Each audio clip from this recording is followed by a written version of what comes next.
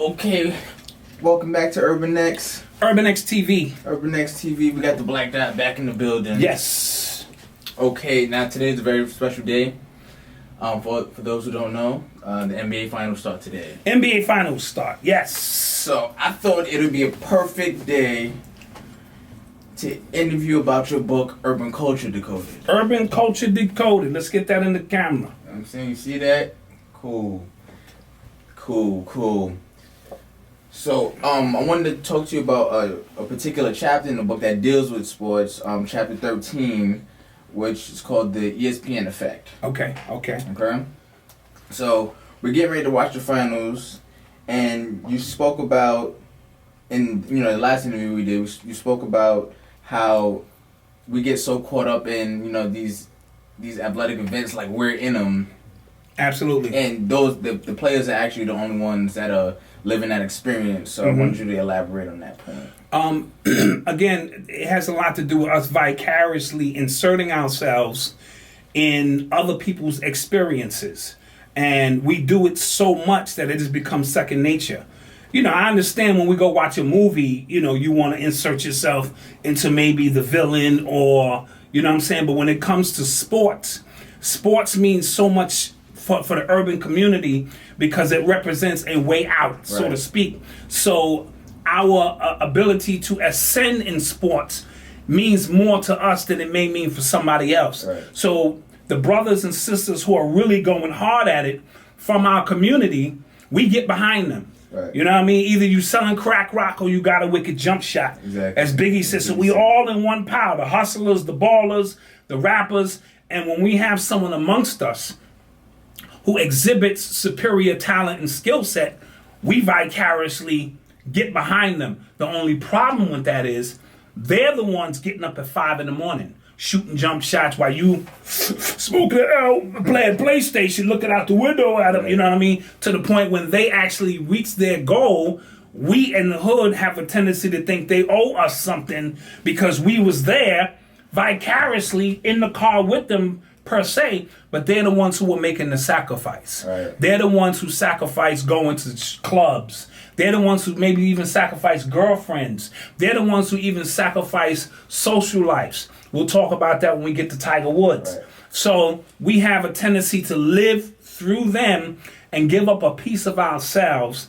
And the greater the athlete, the more energy that athlete receives by us focusing our energy on him. So tonight, LeBron James is going to hit the stage along with 6 other All-Stars. The first time 7 All-Stars are in this particular game. So it's a lot of energy to go around.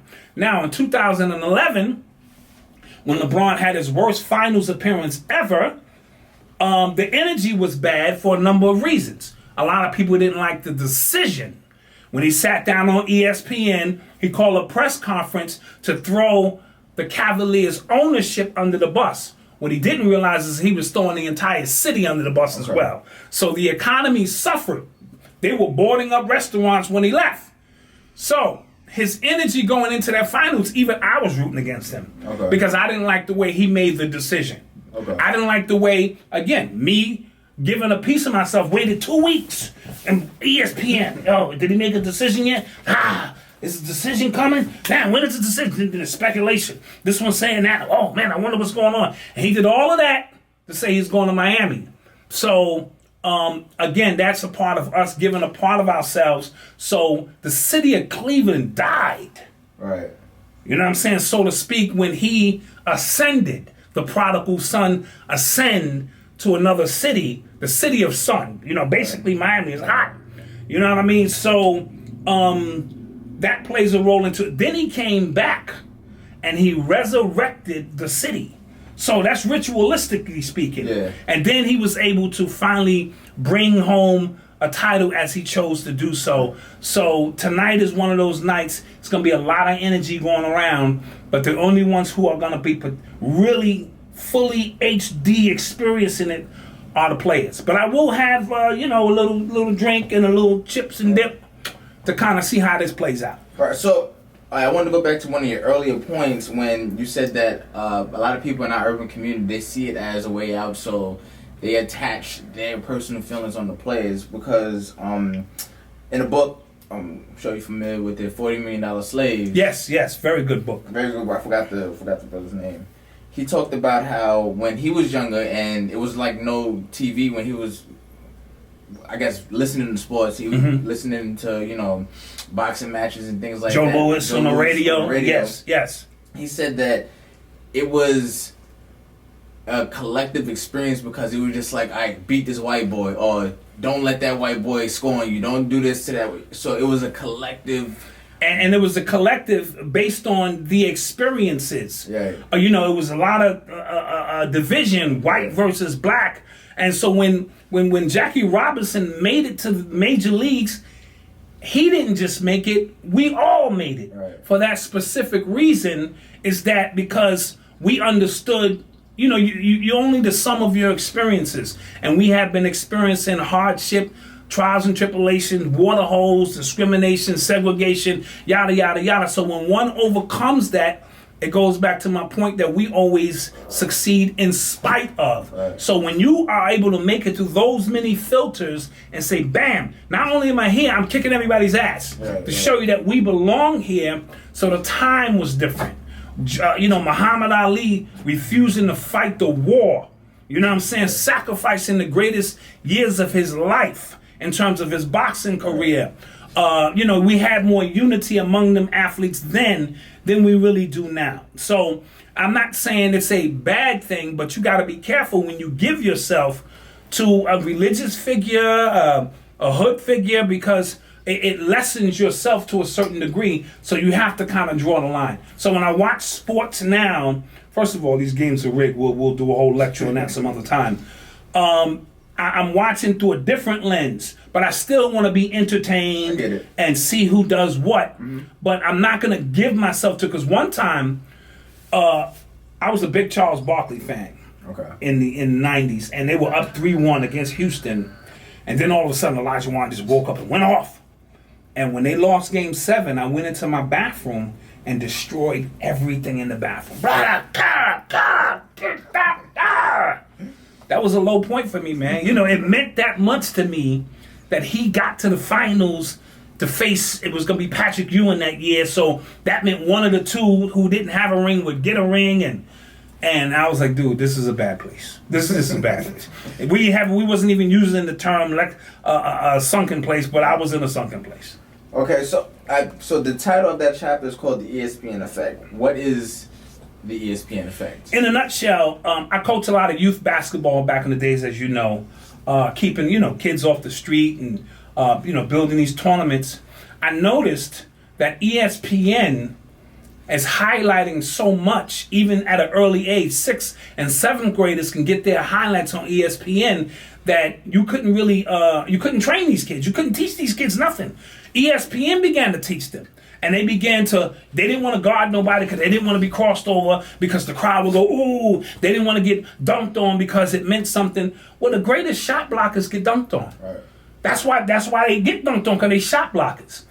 Reggie Jackson was one of the greatest home run hitters I ever seen, but he struck out because his job wasn't to hit base hits. It was to park it up in the upper deck. So that came with the territory. But this generation, ESPN sensationalized these highlights so much that you couldn't teach them. Everybody had a crossover. You couldn't bench a guy. You couldn't teach them about the fundamentals of the game. So the ESPN effect, it trickled down to where even youth kids now couldn't be taught. And I noticed that early on, so I felt it was important to put a chapter in the book called the ESPN Effect, because there is a reverbing effect by what these youth see on TV, and everybody wants to be glamorized. And these millennials can't deal with criticism, and they can't deal with defeat. So I had to stop the tournament in the hood, because as you know, these dudes was ready to shoot the block up over a loss. Right.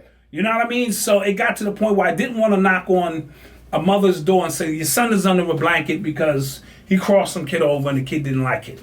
Right, so the ESPN Effect has good things and bad things. I mean, it highlighted a lot of kids. But when you are allowing these kids to announce where they're going and their hats and all of this, it shows that we put too much emphasis on sporting events than actual events that can change our lives.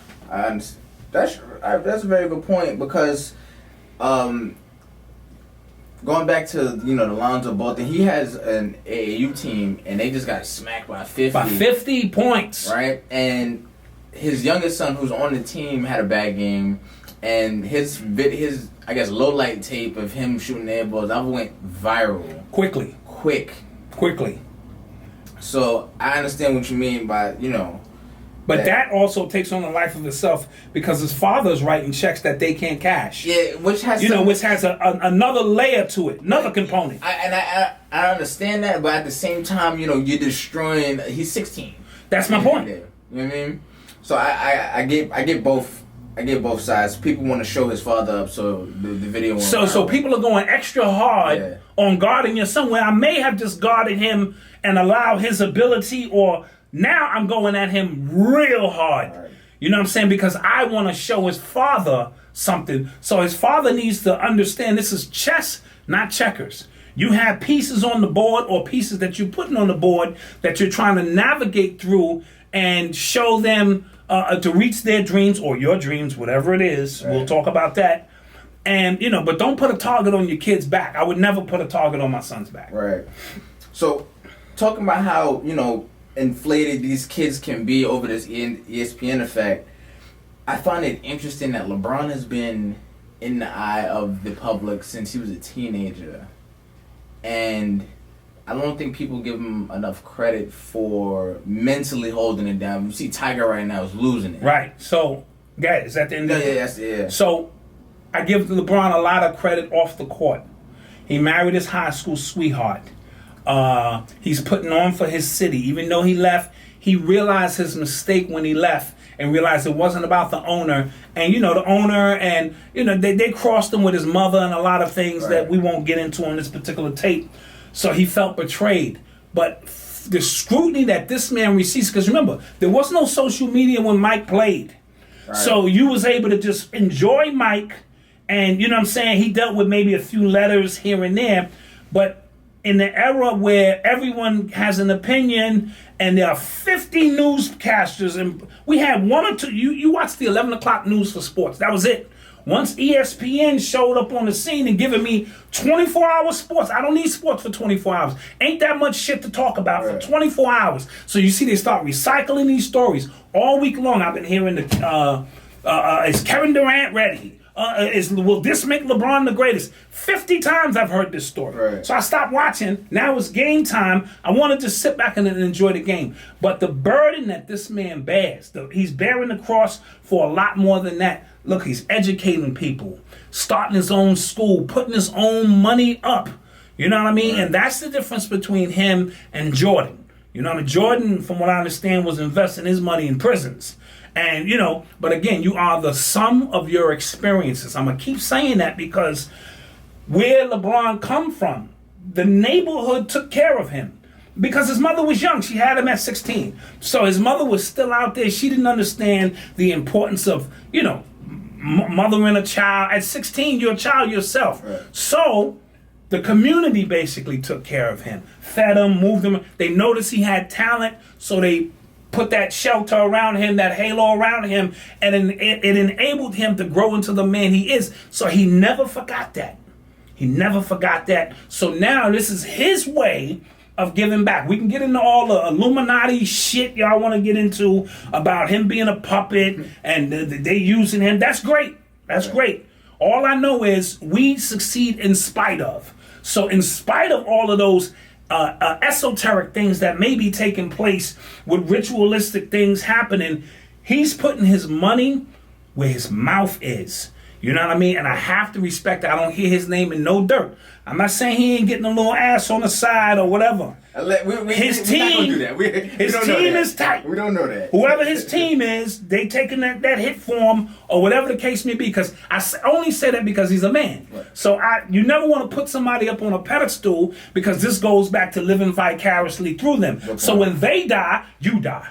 So for all of them Tupac fans who was crazy and them Biggie fans, when they died, a part of you died with that because you was willing to give a part of yourself greater than yourself to somebody else. Right. So never put no man on no pedestal. appreciate him for who he is and what he does, but you got to walk your own path. So I respect LeBron in that sense. I respect his wife, his family, how he spends his money. Now, Tiger. Let's get into it. Let's get into this Tiger situation. Yeah. All right, first of all, Tiger been playing golf since he was 3. Yeah. All right? His father was a military man. So his discipline, and I'm not even sure Tiger liked golf. Let's be clear, at 3 years old, how the fuck do you know what you like? But if somebody sets you on course and the programming begins, because this is a program. This is the golf program. He's been playing golf so much that he got extremely good at it. You see what I'm saying? And his ability to geometrically map out golf courses was so extreme that he was running through courses with 25 shot leads, right? Right. But all he knew was golf. He didn't have a girlfriend, he had no social life, none of that shit. His program was golf. Then once his pops passed away and the halo that was around him was removed and he entered into social arenas, it became very awkward for him. It's gotta be awkward when you fucking marry the nanny. That's some awkward shit with your status. Yeah, right. And then you see what happened when he got caught. The telephone, hey, this is Tiger. If my wife called, who does that? Right? A nigga with no kind of swag or street shit does that. But he's the sum of his experiences. And his experience has always been golf. That's where he's home. Now, Baba Dick Gregory said that he was moving so fast. First of all, he was getting ready to shatter Jack Nicklaus shit. Yeah. Shatter it. Mm-hmm. And golf is an elite sport. White Elite, privileged. Mm-hmm. You have to have a membership to get involved with that shit, and it represents their mastery. You got to read the ISIS paper by Dr. Frances Cress Welston. Must read, because she shows the the symbology of what the little white balls going into the holes, hitting with a stick representing a phallus means. All right. But he's a melanated being, even though he calls himself a Cablinasian, whatever the fuck that is, right? Yeah. I tried to look that shit up, but on his arrest report, the shit said black. It did. All right? And that's a whole nother story. None of us black, but that's a whole nother story. Anyway, he's the sum of his experiences. He is awkward for him to be out in social settings and this and that. Baba Dick Gregory said they showed up at the hospital when he got into the accident with the car, the men in black basically, and told him, you better not win another tournament, or we will XXX and so forth and so on. And I have no reason not to believe Dick Gregory, because he's on the inside of a lot of things, and it would make sense. Once we conquer that, golf, then we already own all the other sports that we choose to participate in. Exactly. Because we're athletically superior. Golf is an Illuminati sport. You see what I'm saying? You got to be so, you know how much cash you got to have to even be. And he was inspiring young brothers and sisters to go, wait a minute. And the last thing they want to do, you can call it what you want to call it, is to see a whole bunch of black people barbecuing on the goddamn golf course. All right? This is how we get down, nigga.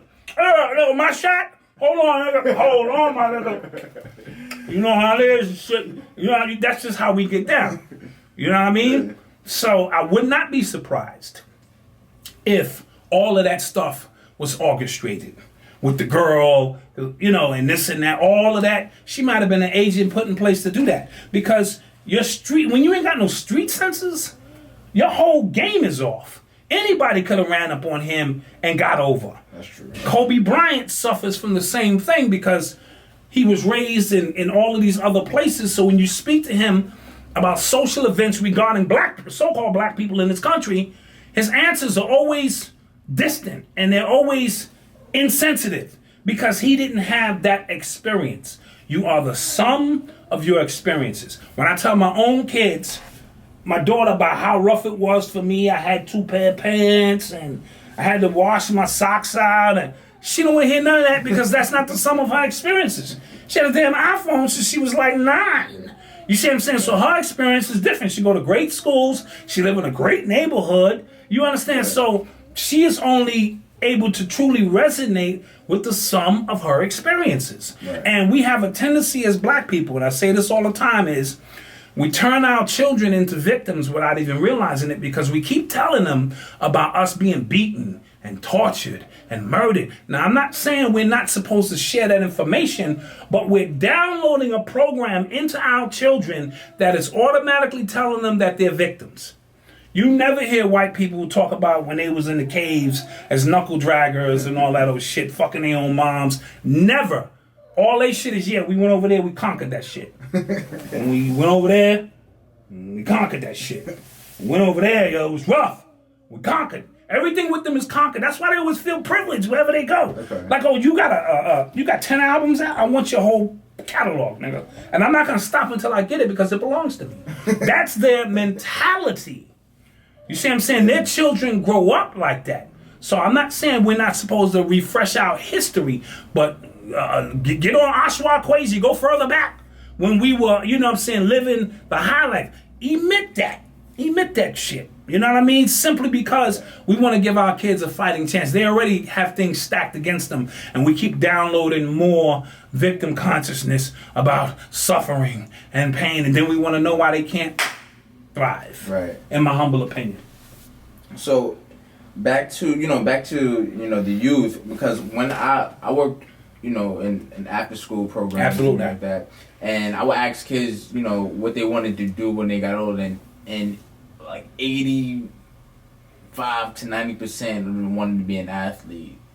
And then when I broke down the stats of them, that happening, the chances of that happening, they were dumbfounded, like, what? Like, this didn't happen. But my point is, a lot of them didn't see, an alternate route to being, successful other than sports or music.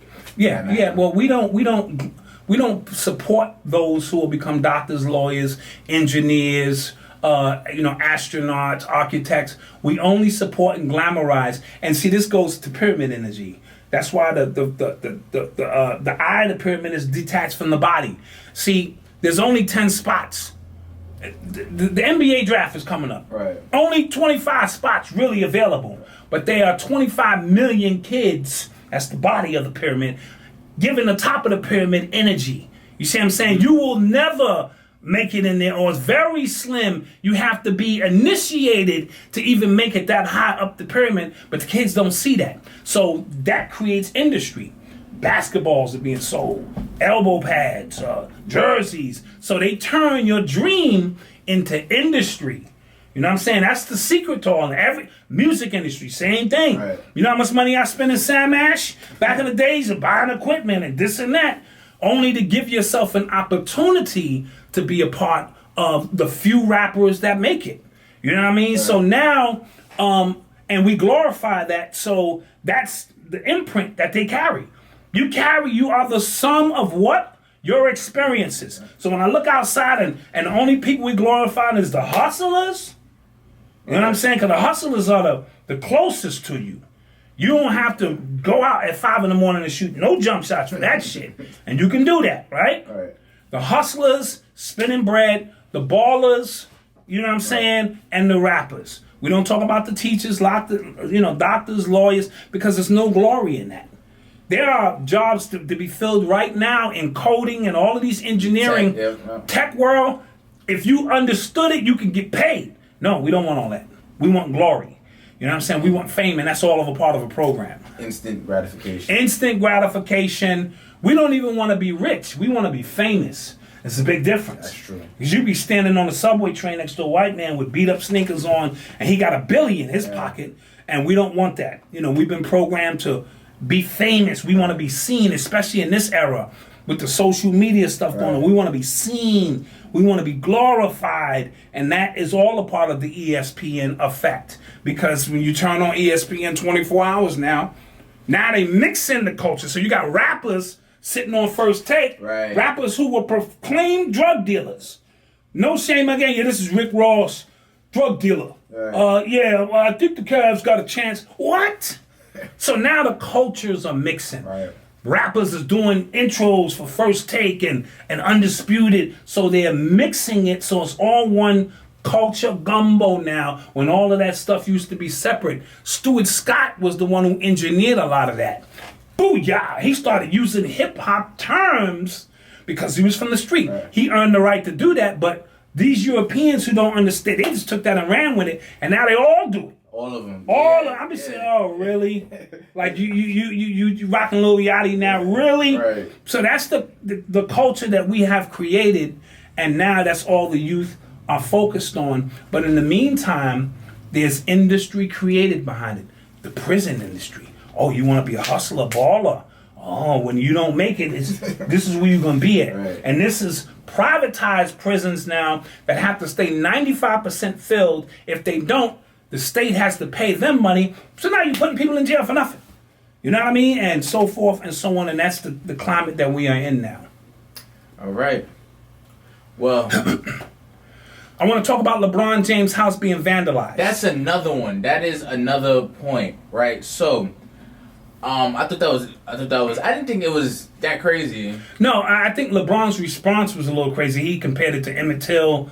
You know, he somehow summoned that up and threw Emmett Till's casket in there. It was a reach, but it's a big reach. It was a big reach. Come on, bro. It was a big reach, so but the way he brought it back around. No, listen, LeBron is the underdog this year. So he's really, that just gave him a little bit more underdog energy because he was able to tap into that victim consciousness. Very true. They wrote nigga on his house. That's wrong. But nigga, we see that shit all day in the hood. You know what I'm saying? You get called by police officers, nigga. That's your name. Dick Gregory said he got called nigga so much he thought that was his name. So his family wasn't there. They're in Cleveland, but he was quick to say, no, my family's okay. The family is safe. And it doesn't matter how much money you have or you're still a black man. So I get it. Okay. I get it. But when he threw, I now understand why Emmett Till's mother left the casket. Okay. I was sitting there like, nigga, my nigga, you had me. I was with you until you said that shit. You know what I mean? I was with you. I know you ain't going to battle and you looking for a little extra sympathy because you can eat that energy and you know what I mean? But my nigga, don't do that. Don't do that. But again, ESPN, and I heard ESPN doctored Tiger Woods' photo. Yeah. You see what I'm saying? So you see, and that image will never leave you. Even he blew a 0.0. Right. It will never leave you. That's the mugshot you're going to always remember of Tiger Woods. Now, his addiction, bringing this full circle, has a lot more to do with psychological. He got back pain, but come on. Jack Nicholson is 25 years older than he is, and he was able to still compete. So that back injury has something to do with him bailing, in my humble opinion. But now they got him on these pills, and that can set him up for a Prince or Michael Jackson exit. Yeah, I feel like the thing with Tiger, I think he just, because he's played golf all his life, and now he can't play. Idle time is a vice. I think he's losing it. Yeah. If all I did is play golf, that was the programming. Same thing with LeVar Ball. He's programming his kids to play ball. They may never have girlfriends because their mission now is to play ball. That's the way programming works, good or bad. You know what I mean? So now he don't have golf to play, or if he even sniffs like he's ready to come back, because listen, he's only 4 away from the record. Mm-hmm. And he got to 14 so fast. And the drop-off was ridiculous. Like, you don't just lose your skill set like that. You know what I mean? It wasn't a gradual. It was like, all right, car crash, fucking the nanny, it's over. Right. Tiger, done. You know what I mean? So it's a lot going on. You can't believe what you hear in the media at any given time because a lot of that stuff is orchestrated. And shame on ESPN, back to the ESPN effect, for darkening up his picture like that. Yeah. And you know what I'm saying, doing that to him. But now it all begins. Cat Williams in his Tiger breakdown. You know what I'm saying? When he was saying, are you sure I'm a tiger? I don't feel like a tiger. You see what I'm saying? So now you remove Tiger Woods from his habitat, put him in an artificial habitat called life.